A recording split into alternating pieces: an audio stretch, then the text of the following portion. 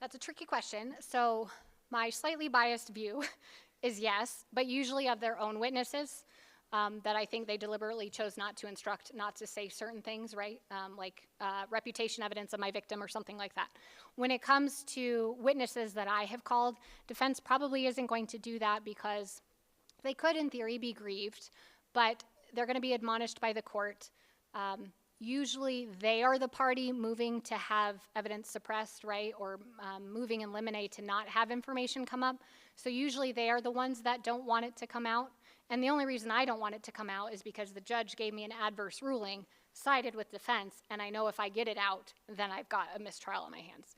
So generally from our side of the aisle, it's not going to be like, oh, we don't want this to come out because it's bad for our case. It's almost always good for our case. They don't want it to come out, and so they're not going to be the ones eliciting it, if that makes sense. Okay. I'll take 2 questions if there's a second one. All right, thank you guys. So, number 2.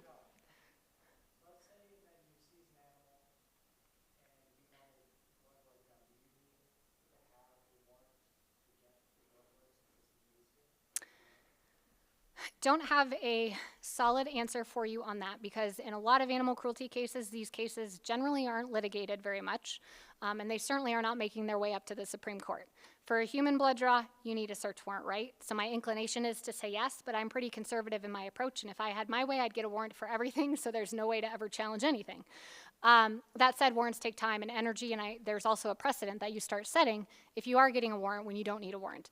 So that's a very long-winded way of saying I think it depends.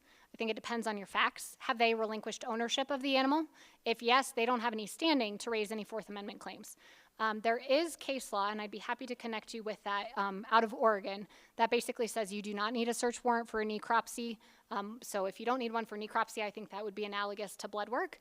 And so there is case law out there, just not in Colorado, that says you don't need a warrant. It's not a Fourth Amendment issue.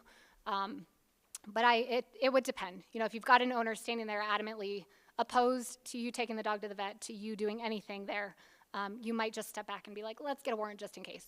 But I would get a warrant to seize the dog and anything internal, and then you can do necropsy, x-rays, blood work, whatever. Number 3, going once, twice. Thank you.